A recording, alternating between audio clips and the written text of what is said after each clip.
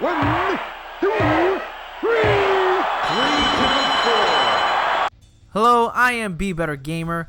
Welcome to Be Better Gamer Wrestling. This channel is dedicated to wrestling video games fueled by my love, passion, and obsession for them. Thank you so much for clicking on this video. I am playing WWF WrestleMania 2000, part of the legendary series of CAW developed wrestling games for the N64, and I'm bringing you another creator wrestler, another CAW, if you will, and that is of Owen Hart, the Rocket, the Black Heart, the King of Hearts, the two-time Slammy Award winner Owen Hart. This is following up my Bret Hart CAW that I did recently in WrestleMania 2000, and I got 4 different outfits for you, so we're gonna get started on that. The profile, music, moves, fighting style, all that stuff you can find in the description below, as well as a bunch of other extra information about my channel and the content that I create for this channel. But yeah, let's get started on the appearance first. With Owen Hart, one of my favorite wrestlers of all time. So we're going to start with the attire because that's what starts off in WrestleMania 2000. They start with the attire rather than the head. Body size 3, skin tone 1. He was billed as a junior heavyweight, but he always had a bit more of a stocky frame. Ring attire 45, that's Jeff Jarrett's tights. Dark black and light pink. You could also go with the D'Lo Brown tights. That's also another good option. Upper body 42. D'Lo Brown tank top, as usually what they call it, but it's just a regular tank top. It's dark black with pink outline. You can also substitute the X-Pac tank top, and I'll show you that a little later on for the third outfit. Face 17. I've seen some people use the Jeff Jarrett face. I don't like using the Jeff Jarrett face just because, you know, Owen and Jeff Jarrett were a tag team, and it's just Jeff Jarrett's face looks too much like Jeff Jarrett, so I went with this face instead. I actually don't remember whose face this is. Equipment, he never really wore any elbow pads. It was rarely he wore elbow pads. I do have an outfit later on where he has elbow pads, but here we go. Knee pads, 2 feet 3, black boots with white laces, and that's it. Pretty simple. I kept it very basic, much like how I did the Bret Hart CAW, sort of like the thing where it gives the illusion of, you know, Owen Hart's outfit. Obviously, we don't have a lot of the decals that he would wear on his tank top, on his ring attire, but we'll get into why that probably is. Knee pad, you can change this one here, his pink knee pads, and usually when he wore these pink knee pads, he had like the double up knee pads, so you always saw like the black outline. So that's why I did it that way. This is his Owen Hart. This is his caution attire when he was wearing the yellow and black attire, which I always loved. That was one of my favorite attires that he would wear. And this was right around the time, you know, Attitude Era, where he changed his look to the black. And this is where you see I'm doing the X-Pac, the black and the yellow. If you squint, it doesn't look like the DX symbol. It doesn't look like the X-Pac symbol, I should say. So it's pretty good. You could also use that for his pink and black attire.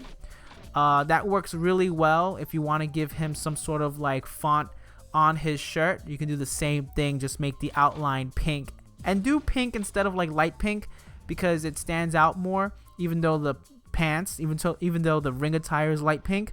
That's why I choose regular pink for the upper body.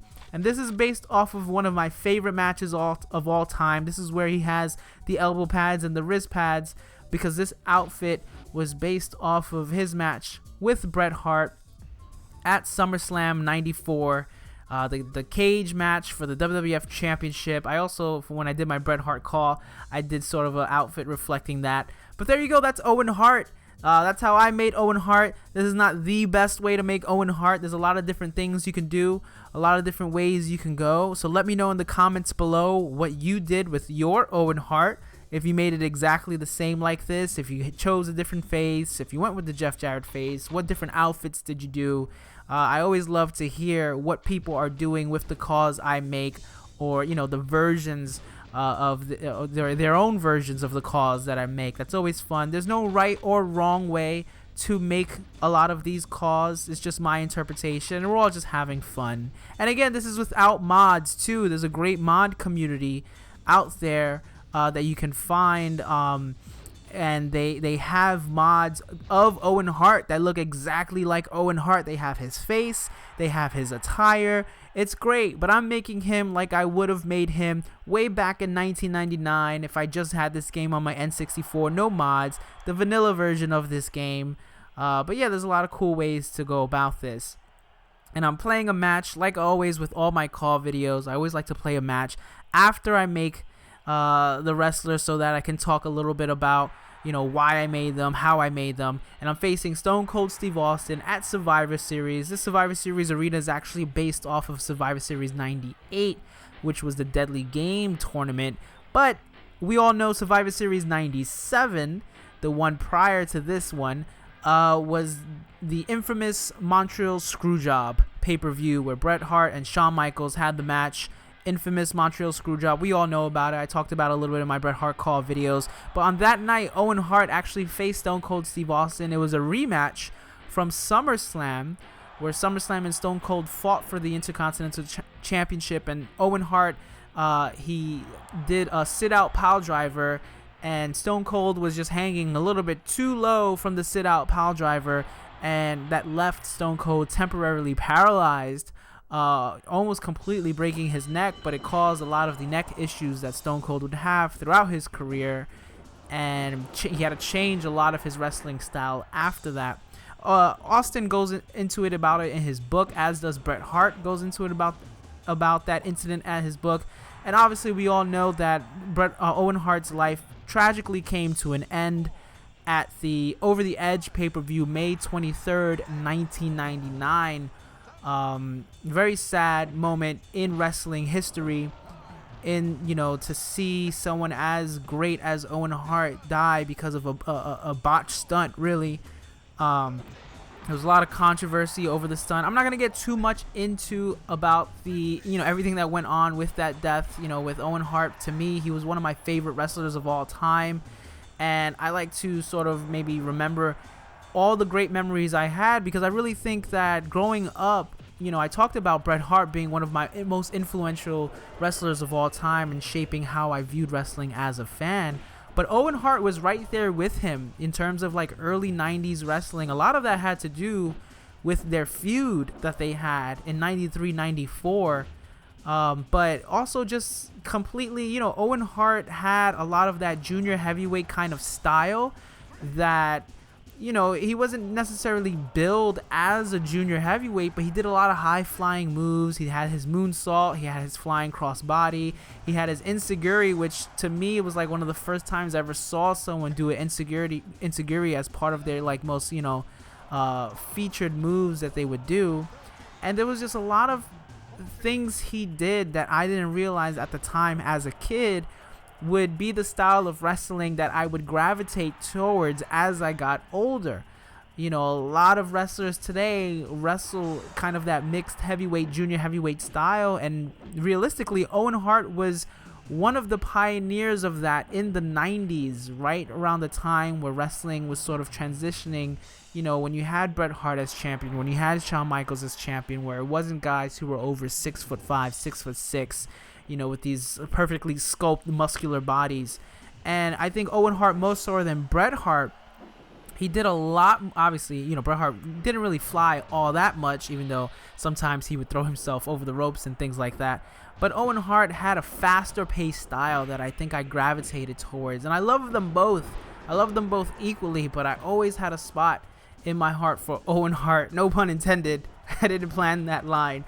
And I think what I always loved about it was that, they were real life brothers, obviously the Hart family dynasty, but Owen Hart, he called himself the black sheep of the Hart family. He was the Black Hart. And I remember watching the Survivor Series where that feud really started, where it was the Hart family against the Royal family, and it was supposed to be Jerry Lawler with his Knights against the Hart family, Bret Hart, Owen Hart, and two other members. I think it was Bruce and David Hart.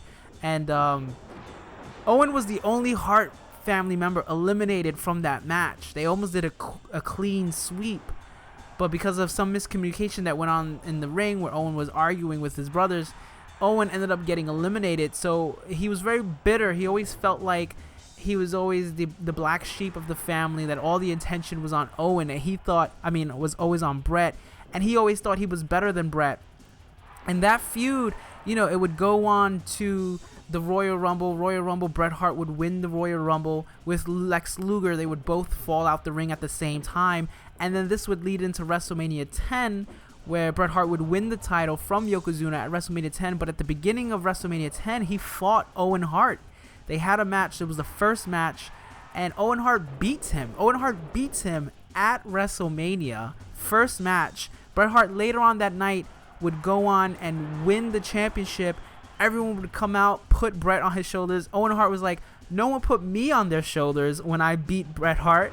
It was just amazing. The feud was so great, and it led to the SummerSlam match, the cage match. And again, put whatever stock you want into ratings. I don't really, judge how I watch wrestling based on ratings, but for what it's worth, it was a 5-star match as rated by the Wrestling Observer newsletter. And I've seen that match so many times. Even as a kid, my friend had it recorded on VHS, and we would watch that match over and over again. And the big draw for that event was supposed to be real Undertaker against fake Undertaker. And I remember as a kid kind of being into it with the little vignettes and the skits about where's Undertaker, where has he gone. But really the star of that event was Owen Hart versus Bret Hart in this amazing cage match. And for me, that always set the bar of what a cage match should look like, should be. And I've always judged other cage matches to that match as a fan, for myself, for my own personal. And honestly, I really can't think of a lot of other cage matches that come close to how good that cage match was. There was so much involved with the storytelling, with the feud, but just also the layout of the match. It all revolved around escaping the cage, which is something you think would be about every cage match, but that's not necessarily always the case. But they did it so well, and it was so good. And I just think about, much like how when I talk about Eddie Guerrero, I think about Owen Hart. I think about his legacy. He won pretty much every title before he died that was in the WWE, before the World Championship. I think it's a no-brainer that he would have been a world champion, But I also think about, when he died, he was only 34 years old. He was the same age as Shawn Michaels. They were both born in 1965, and Michaels didn't officially retire until 2010. And we would have had 9 to 10 years more of Owen Hart. We would have had him, if he didn't die, he would have been in WrestleMania 2000. He would have been in WWF No Mercy. But we would have had so many years of Owen Hart. And I think we were only beginning to see how great Owen Hart was. And I honestly think that if Owen Hart had lived, he probably would have eclipsed everything Bret Hart was able to do in WWE. But unfortunately, we'll never know. We'll never see that. But that's an alternate timeline somewhere in a parallel universe. Owen Hart is still alive, still doing great matches, still being bitter that everyone's talking about Bret and not him. And I always love them for that. But I hope you enjoyed this call. I hope you enjoyed my little trip down memory lane talking about Owen Hart and Bret Hart. And I'll probably talk more about Owen Hart when I make him in WWF No Mercy. So stay tuned for that. Check out all my other videos and calls I have on my channel. Thank you again for watching. I am Be Better Gamer. Make sure you click like, subscribe, and comment. You've been on YouTube before. You know what to do. And until next time, keep watching all the wrestling.